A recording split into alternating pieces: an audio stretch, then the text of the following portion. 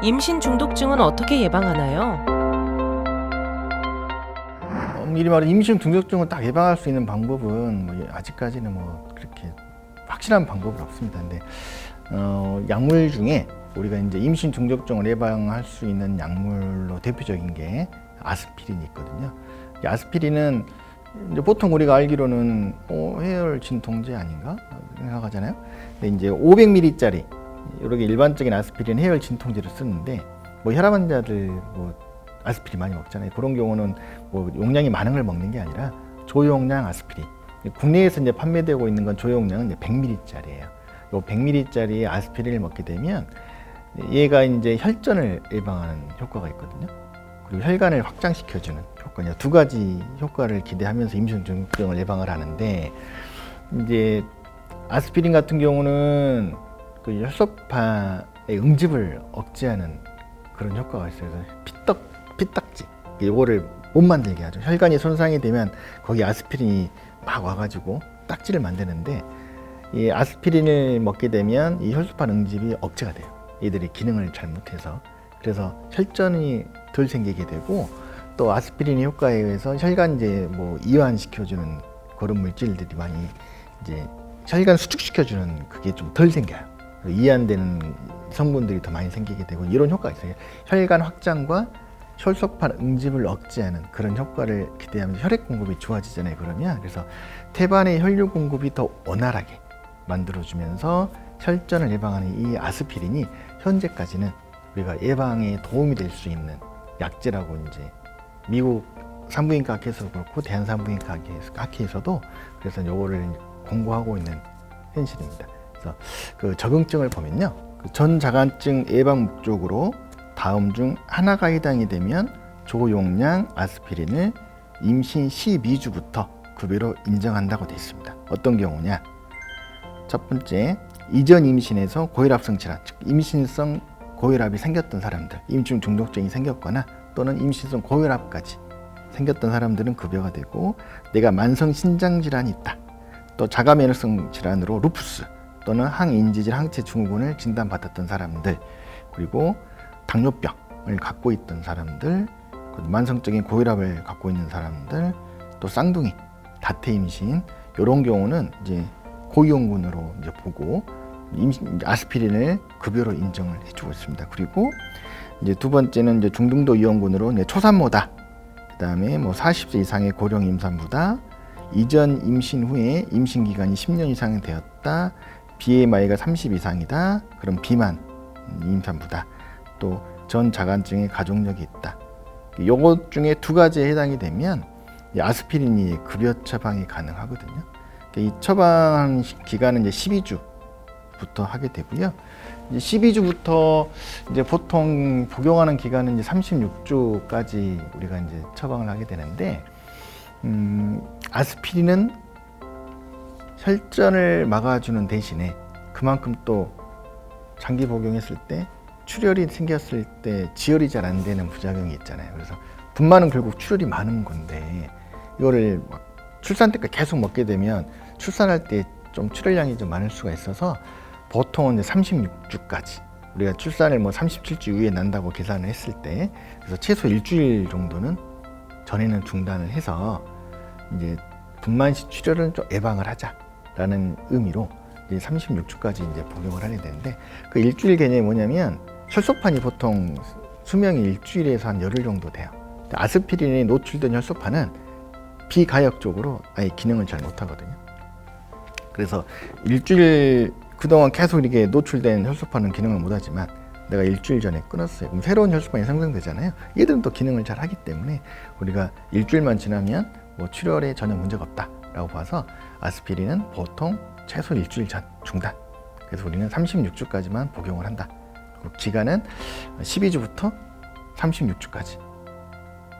보통 12주에서 16주 사이에 어떤 고위험군에 속하는 산모들에게는 아스피린을 원장님들이 처방을 하지만, 실제로 또 의사들마다 이렇게 아스피린 무조건 다 주느냐, 또 그렇지도 않아요. 아직까지 아스피린이 안 주면 큰일 나는 건 아니기 때문에 이건 어디까지나 이제 이렇게 이제 권고되고 있고 주는 게 좋겠지 않겠냐라는 가이드라인일 뿐이지, 내가 아스피린을 뭐 처방 안 받았다 해서 그러면 막 문제가 되고 그런 건 아니고, 아스피린 먹었다 해서 그럼 임신 중독증이 안 생기는 건 아니에요. 어디까지나 그 발생하는 그 시기를 좀 더 늦춰줄 수 있지 않겠냐라는 것이고, 뭐 100% 예방하는 건 아니기 때문에 내가 처방 안 받았다 해서 너무 불안해 하실 필요는 없고, 하지만 내가 과거에 임신 중독증을 이전 임신 때는 알았어요. 만성 고혈압, 그때 임신성 고혈압 생겼어요. 그러면 다음 임신 때 생길 확률이 워낙 높기 때문에 그런 분들에게는 우리가 이제 웬만하면 12주에서 16주 사이부터는 이제 아스피린을 이제 복용을 하게 됩니다. 아스피린이 이미 산부인과에서 되게 많이 쓰는 약이에요. 이게 임신 중독증 예방뿐만 아니라 내가 뭐 습관성 유산을 앓았거나 뭐 반복적으로 뭐 시험관 시술할 때 엄청 쓰거든요. 반복 착상이 실패가 되거나 아니면 뭐 루틴으로 주기도 해요. 이 아스피린의 효과는 혈관 확장, 그다음에 혈전 예방, 이걸로 인해서 이제 혈액 순환이 잘 되게 해주는 거니까, 혈액 순환이 잘 돼야 태반에서 엄마 혈액에서 태반으로 가는 혈액 공급이 잘 돼야 우리 애기들 또 건강하게 착상도 잘 되고 유지가 되니까, 거기 난임 분야 또는 뭐 유산 경험이 있었던 사람은 임신 초기부터 써요.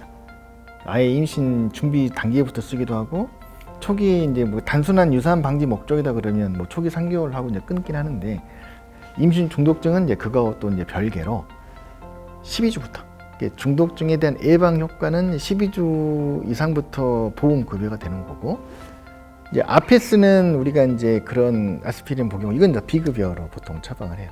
아주 내 혈전성 경향을 갖고 혈전성 질환이 없다면 급여가 안 되기 때문에, 그래서 아스피린은 뭐 그렇게 부작용도 별로 없고 또 안전한 약이기 때문에 뭐 쓰는 거에 대해서 그렇게 뭐 두려워할 필요도 없고, 어떤 분들은 처방받아서 걱정이 많아요. 이거 얘기한테 안 좋은 약 아니냐, 이거 나 꼭 먹어야 되냐라고 이제 뭐 고민하시는 엄마들이 많은데, 담당 원장님께서 이제 충분히 임신 중독증에 대한 고위험군이라고 판단해서 처방을 해주셨다면 그냥 믿고 그냥 드시면 되지, 이거에 대해서 뭐 의심할 필요는 전혀 없다. 막달에 출산 자리만 끊으면 된다 라고 이제 생각하시면 돼서, 현재까지는 임신 중독증을 예방하는 유일한 약물은 이제 아스피린 이제 베이비 아스피린, 조용량 아스피린 100ml짜리.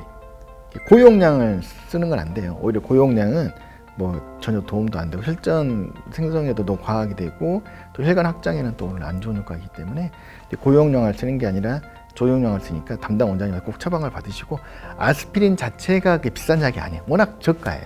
워낙 저가인데 또 급여가 되면 더 저가니까, 그래서 이제 처방 받으시면 될 것 같고, 하여튼 뭐 이것 말고 아스피린 말고도 이제 여러 가지 뭐 연구들이 있지만 확실하게 예방이 된다는 건 아닌데, 뭐 비타민 D, 우리나라 여성들은 뭐 대부분 비타민 D가 부족하니까 비타민 D가 효과가 있다는 여러 가지 보고도 있기도 하고, 또 항산화제 비타민 C, E도 뭐 효과가 있지 않냐는 것도 있지만 뭐 명확한 건 아니고요. 근데 비타민 C나 비타민 E는 뭐 항산화 효과 때문에 뭐 여러 가지 뭐 영양제를 많이 드시기 때문에 이제 그것도 뭐 좋은 거고, 또 발병을 예방하려면 짜게 먹으면 안 되겠죠. 그래서 이제 고혈압 문제니까 그래서 저염식이 하는 게 중요하고, 또 이제 제일 중요한 거 딱 2가지만 말씀드리면, 정기 검진을 잘 받아야 돼요. 임신 중독증은 다 병원 가서 혈압 재다가 발견이 되거든요.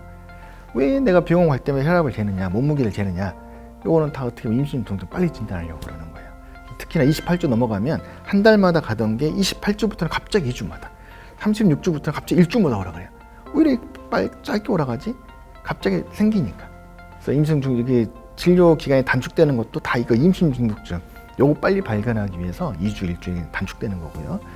그리고 이제 웬만하면 혈압이 좀 왔다 갔다 하시는 분들, 또 임산부들이라면 또 집에 자가 혈압기 정도는 꼭 얼마 안 비싸니까 좀 구매하셔가지고 수시로 혈압을 재보면, 병원 오기 전에도 미리 이제 본인이 혈압이 내가 너무 높은데 알 수 있어서 빨리 병원 올 수 있자는 게, 조기 진단의 어떤 제일 빠른 길은 집에 자가 혈압기를 사가지고 자기가 이제 스스로 이제 측정을 하면 이게 임신 중독증을 빨리 자가로 이제 측정해서 태아 엄마 합병증이 안 생길 수 있는 제일 좋은 방법이니까 꼭 자가 혈압 측정 사시고요. 가끔 어떤 엄마들 보면 병원에서 혈압이 엄청 높아요. 병원만 너무 높아. 근데 집에 가면 또 정상이야. 이런 분들이 있어요. 그 고혈압은 아니거든요. 그런 사람도 뭐 아무런 증상도 없고 부종도 없고 단백뇨도 안 빠지는데 혈압이 높아. 의사는 걱정이 돼요. 근데 이런 경우는 막 의사는 고민하니까 뭐 아까 뭐 예전에 저희가 뭐 임신도 예측 검사라는 것도 가끔 하게 되잖아요. SFLT1, 그다음에 PLGF 이런 검사 해가지고 예측도 검사를 하는 경우도 있는데 집에서 이제 혈압을 재보면 마음이 편하니까 그때는 혈압이 너무 정상인데요. 이러면 되게 아니거든요. 그래서 자가 혈압기를 갖고 있는 게 상당히 내가 중요하다라고 생각하시면 돼요. 그래서 임신 중족증의 이제 예방은 이제 없지만 아스피린 복용이 지금은 이제 의료진 입장에서는 가장 많이 처방하는 거고 정기검진 잘 받고 비만이 또 큰 원인이니까 체중 찌지 않게 체중 관리 잘 하시고 자가 혈압기 꼭 사서 이제 잘 측정해 보면 충분히 예방하고 합병증 없이 잘 이겨낼 거라고 생각돼야집니다.